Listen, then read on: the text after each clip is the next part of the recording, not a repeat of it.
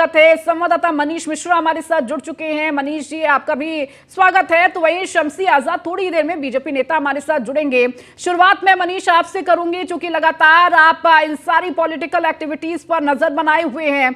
अब जब भारतीय जनता पार्टी की तरफ से 24 की रणनीति और 80 में से 80 सीट साधने की जो रणनीति है, वो अब कहीं ना कहीं पसमानदा मुसलमान की तरफ मुड़ चुकी है। उनको साधने का प्रयास लंबे समय से हो रहा है और एक बार फिर से ये स्नेह मिलन कार्यक्रम का आयोजन कितना योगदान रहेगा, कितना अहम रहेगा, कितना असर डालेगा?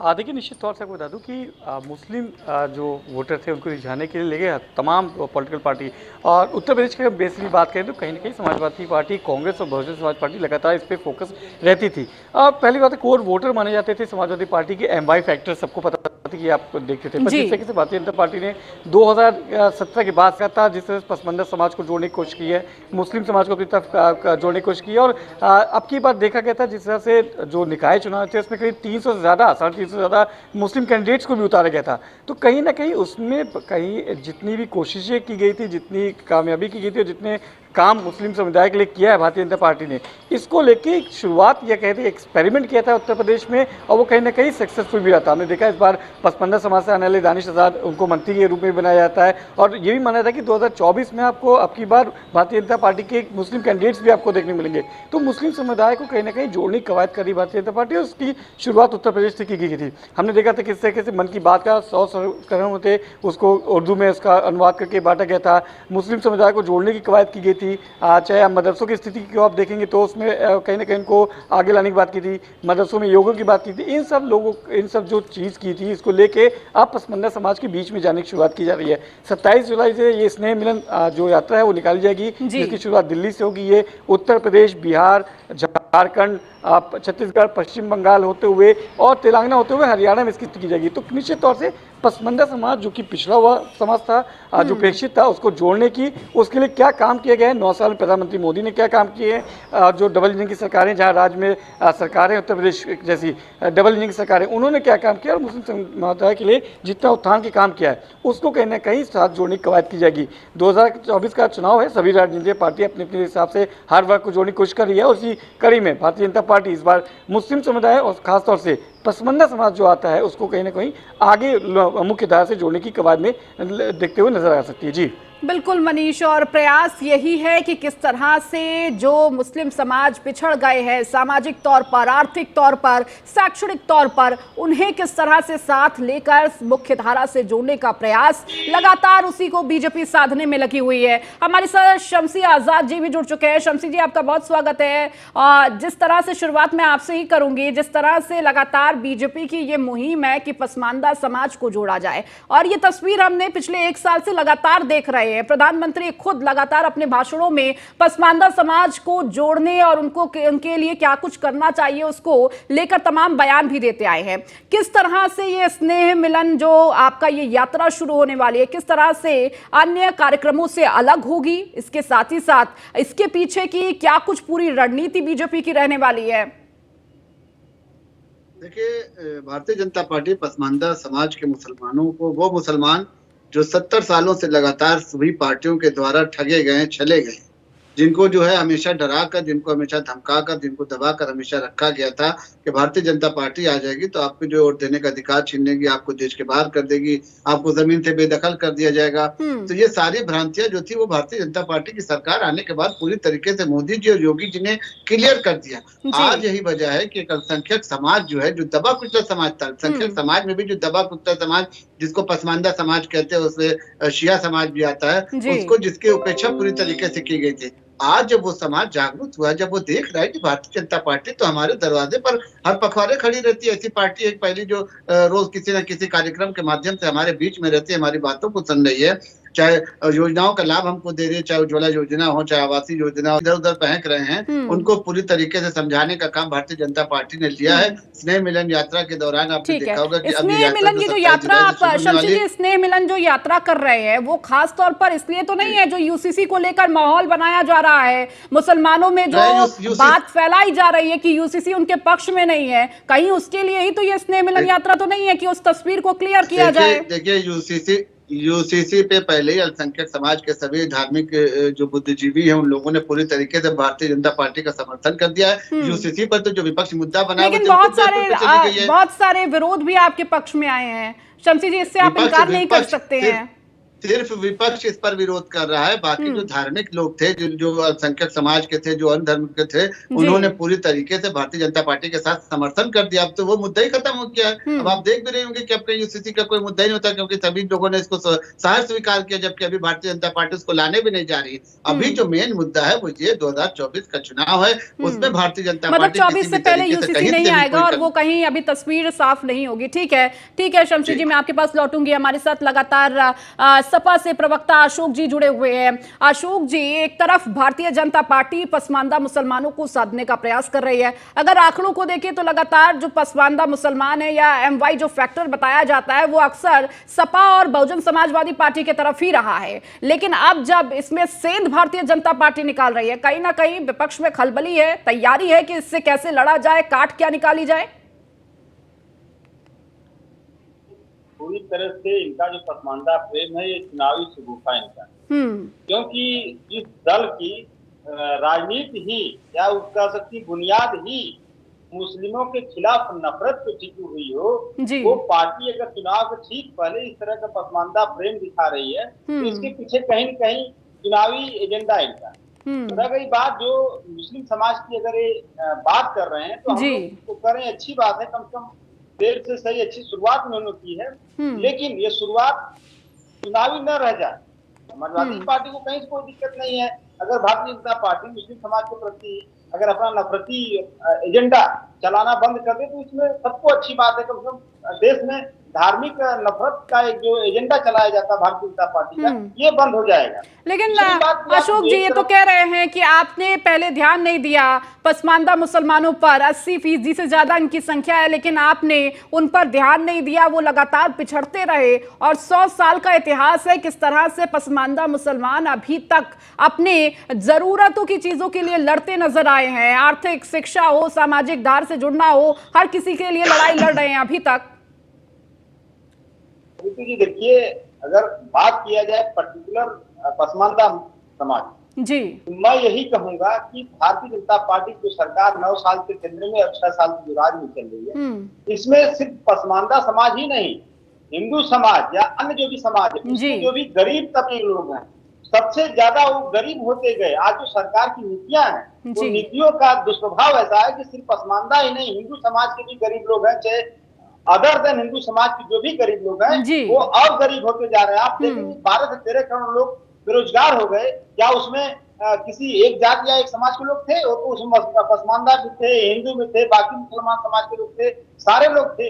अब जो महंगाई की मार पड़ रही है, क्या वो पसमानदा समाज में पड़ रही है या हिंदू समाज के ऊपर? सारे लोगों के ऊपर पड़ रही है। तो ये जो भारतीय जनता पार्टी सरकार है, स्वास्थ्य को लेकर के, शिक्षा को लेकर के जो बात आप कर रही है, सबसे ज्यादा शोषण अगर हुआ है तो भारतीय जनता पार्टी सरकार में ये हिंदू समाज का भी शोषण करने काम कर रही है, मुस्लिम समाज का भी शोषण करने काम कर रही है। रह गई बात समाजवादी पार्टी लगातार जितना भी हो सकता है, वो समाजवाद का मतलब ये होता है कि सर्वधर्म समभाव, वो हर समाज के लोगों को लेकर के चलने काम करती, क्योंकि हमारे राष्ट्रीय अध्यक्ष जी ने जो भी योजनाएं चलाई 2012-2017 के बीच, चाहे लैपटॉप की योजना हो, चाहे सड़कों की योजना, चाहे एम्बुलेंस की योजना हो, वो किसी खास जाति या धर्म या मजहब को लेकर के नहीं थी, वो सर्व समाज को लेकर के थी और सर्व समाज को उन्होंने आगे करने का काम किया। तो चूंकि ये तो भारतीय जनता पार्टी का जो नफरती एजेंडा, एक तरफ ये पसमानदा मुसलमान की बात करते हैं, दूसरी तरफ ये जो गुजरात में ब्रिटिश बानों की जो बलात्कारी थे, जो उनके परिवार के हत्यारे थे, उनको गैर कानूनी तरीके से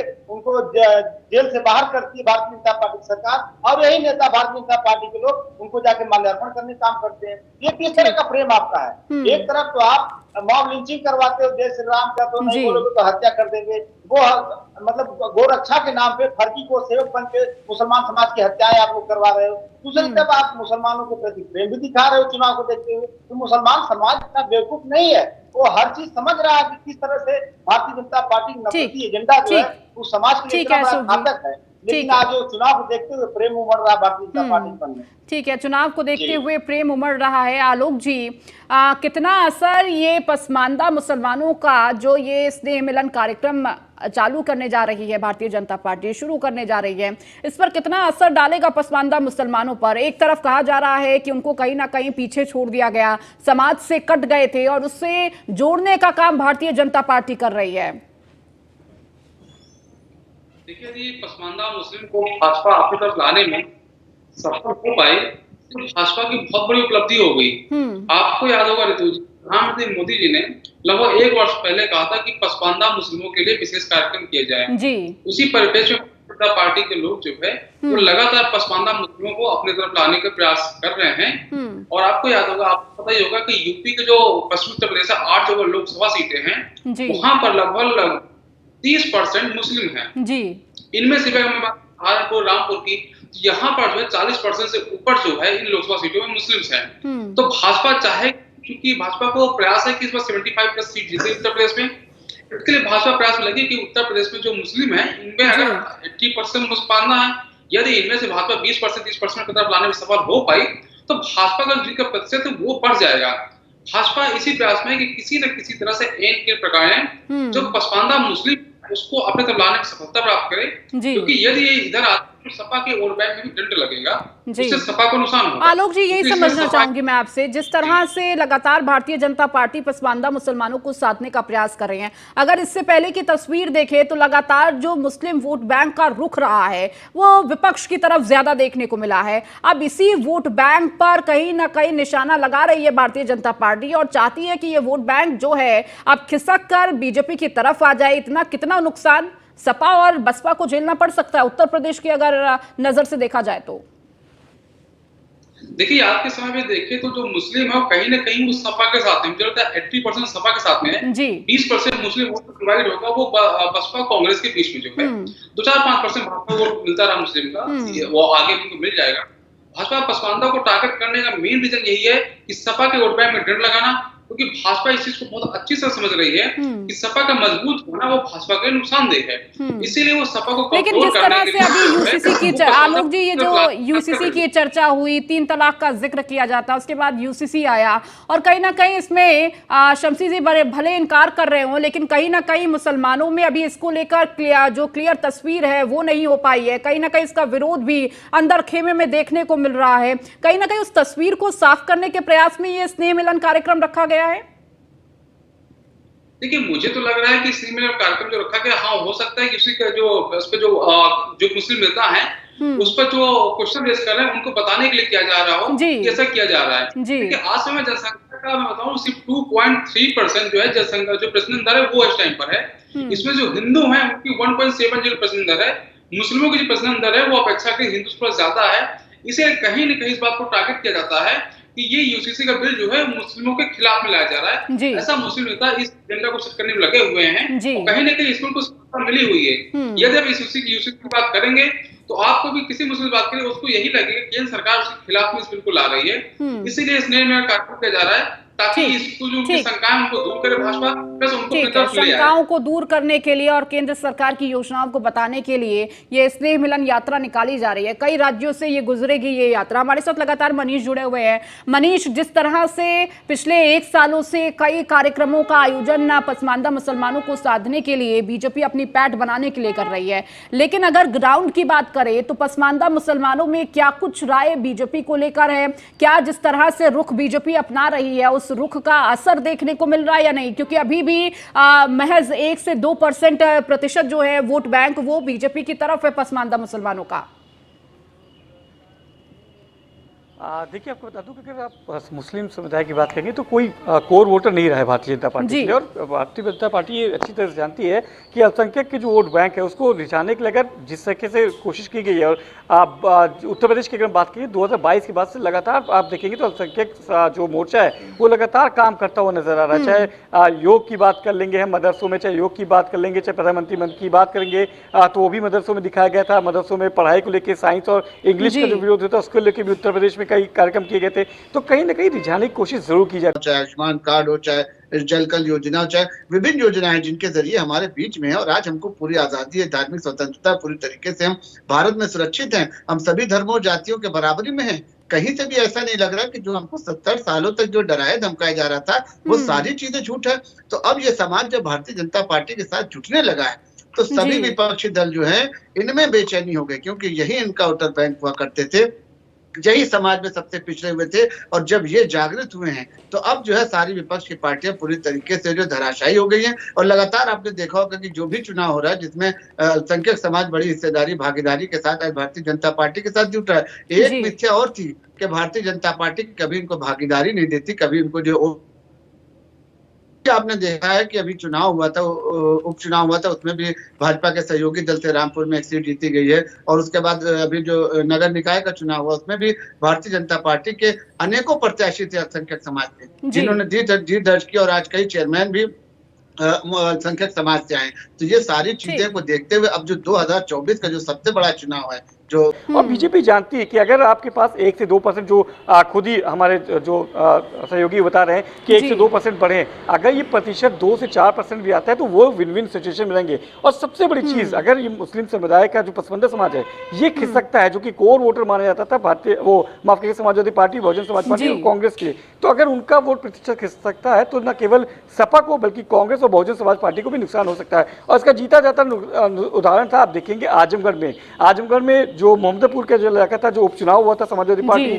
ने धर्मेंद्र यादव वहां से लाया था, मुस्लिम बहुल क्षेत्र था, वहां पे जो मुस्लिम कैंडिडेट थे वो उनके आने के बाद आपने देखा था वोट बैंक जो शेयर तो कटा था वो सपा और बहुजन समाज पार्टी में कहीं ना कहीं दोनों ने एक दूसरे जोड़ा था। साथ ही साथ रामपुर जैसा जो बहुत खास इलाका माना जाता था भारतीय जनता पार्टी वहां पे नहीं खेला पाई थी कमल, अब की बार मुस्लिम कैंडिडेट था, अपना दल का कैंडिडेट था, वहां जीते। तो ये सिचुएशन अगर आती है तो निश्चित तौर पर बीजेपी के लिए विन विन सिचुएशन होगी। अगर 2 से 3% बढ़ता है और सही में माना जाएगा तो समाजवादी पार्टी, बहुजन समाज पार्टी, कांग्रेस जो कोशिश भारतीय जनता पार्टी कर रही है, कहीं ना कहीं इसका असर जमीन पर दिखाई दे रहा है, वो परिणाम में नजर आ रहा है। शमसी जी, जिस तरह से आप कोशिश कर रहे हैं तमाम मुसलमानों को साधने की, पसमानदा मुसलमानों को साधने की, क्या लगता है कि जिस तरह से आप स्नेह प्रेम जता रहे हैं उतना ही स्नेह प्रेम आपको भी मिलेगा? क्योंकि लगातार जो सपा के प्रवक्ता अशोक जी है वो कह रहे हैं कि आपकी ही कार्यकाल में पिछले 9 सालों में सबसे ज्यादा जो आहत हुए हैं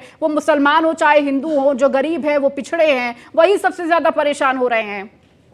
नहीं, ये तो कहेंगे। इसके पहले अमेठी से राहुल गांधी भी कहा करते थे, जब अमेठी की सीट वो हारे हैं तो उनकी समझ में आ गया कि अल्पसंख्यक समाज किसके साथ गया है। और यही समाजवादी पार्टी भी कहती है। लेकिन आजमगढ़ और रामपुर जब इनका छीन गया, इनका गढ़ जब इनसे छीन दिया गया, जहाँ मुस्लिम भाई हुआ करते, जहाँ अल्पसंख्यक समाज पूरी तरीके से हावी था, जब वहां से भी इनको जो है बाहर किया गया, तब इनकी आंख खुली है। तो इस तरीके का बयान देकर ये भ्रमित कर रहे थे मुसलमानों को, और मुसलमानों को ये पूरी तरीके से अल्पसंख्यक समाज को, खासतौर से जो पसमानदा समाज है जिनकी 70 सालों से 80 सालों से लगातार जब से जो है जो दूसरे विपक्षी गवर्नमेंट रही है, जब से इनका जो है शिकार किया गया, जब से इन लोगों को यही लगता था कि ये हमारी रियाया है, ये हम इन पर सिर्फ हुकूमत करने के लिए आए हैं, तो वो चीजें जब जो है भारतीय जनता पार्टी ने खत्म कर दी है।